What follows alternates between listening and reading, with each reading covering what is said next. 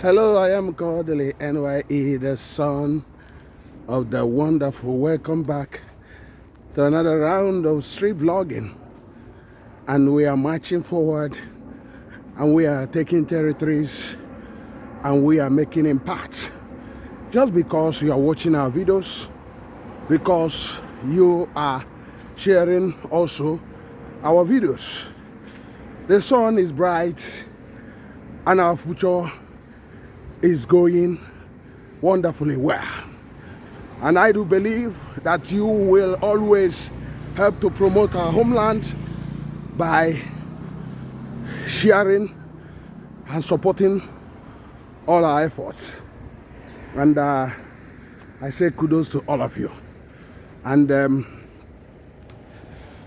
I must say that I'm glad that a lot of people are returning, but at the moment, 99% of those who watch our videos are yet to subscribe to this channel. What are you waiting for? Do you want our homeland to improve? You need to help us by subscribing to this channel. I'm so Kodili-nye, the son of wonderful.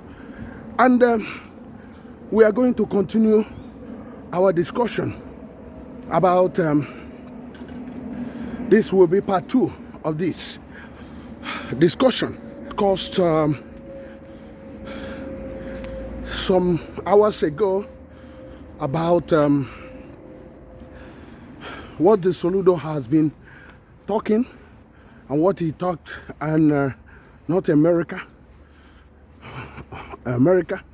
meeting with the indigenes of Anambra State, and every other things he's been saying about what he's been doing in the state. And some people has been reacting to that and said that Soludo, as a prof, that they were expecting him to cause a revolution. But at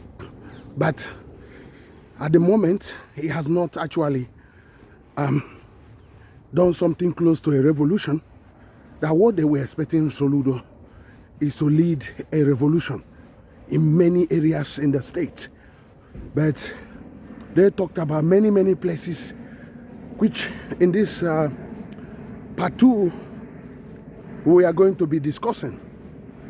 They are talking about industrial revolution, that the prof, as everybody knows him, should have caused industrial revolution by a simple act of policy and action. And what is that? They talked about Anambra State having a shoe line at Nkwele stroke Obunike. That if the prof, after visiting that place, if he would have inject a little policy formulation and a little support in that area, it would have actually caused a revolution. And we have also discussed about this in this channel, how he can actually change things by a simple act over that shoe industry that is actually developing in the state. And we have discussed it many times in this channel, but unfortunately, it seems that the prof has not taken a clue from us, or maybe people have not sent the video to him to actually take a clue of what he need to do. So what is that? On that level, what he need to do is basically to, considering, let's put it on the Nigerian census, ineffective census that Anambra says is 10 million.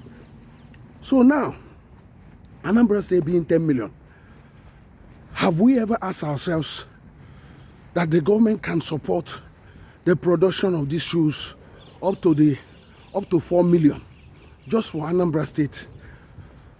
Just for Anambra State. How can they do that? They can actually get money from the Bank of Industry, or basically raise some fund which they will actually invest in shoe production, getting a lot of people into shoe production. So how they will do it is basically the government will invest heavily on that.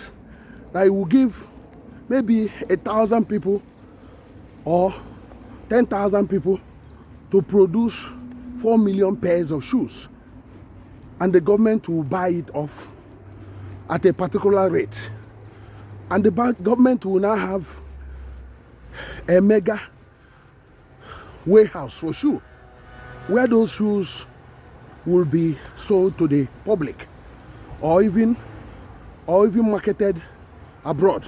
But we are looking at local, producing for just Anambra State, 4 million.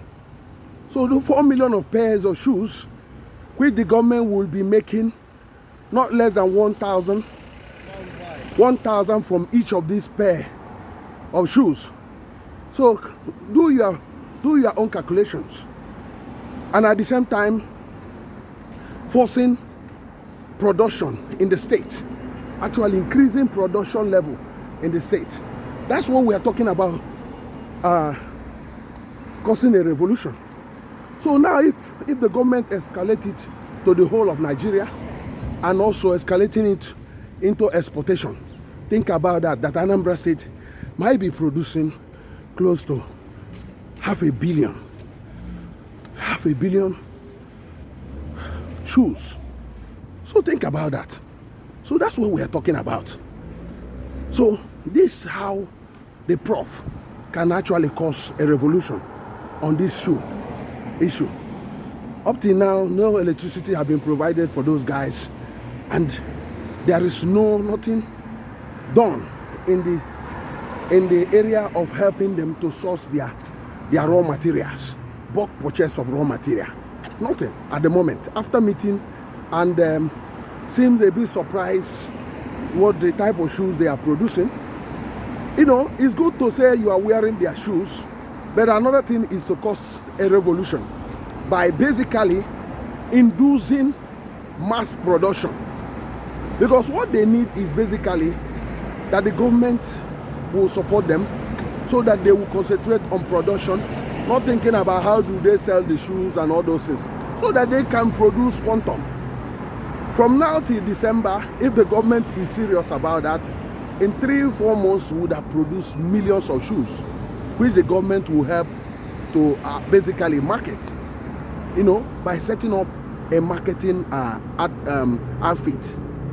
It can be done in partnership with private investors. So the government can also expand that shoe production line by helping them to source their machineries, more machineries, which will help them to produce shoes faster. So this is the part 2 of this. We continue on this. We are coming, and watch out for the part 3. The prof supposed to be leading a revolution, but at the moment the prof has no reason to be actually a revolution prof. A prof should be better than ordinary governors. That's exactly.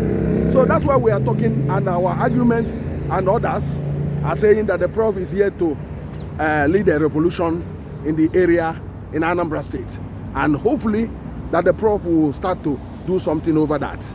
I don't know what's your own opinion, but whatever you have, go to the comment section and we will continue from there. Thank you for joining us. I am still Kodili-nye, the son of wonderful. See you in the next one, and God bless you. Have a wonderful time.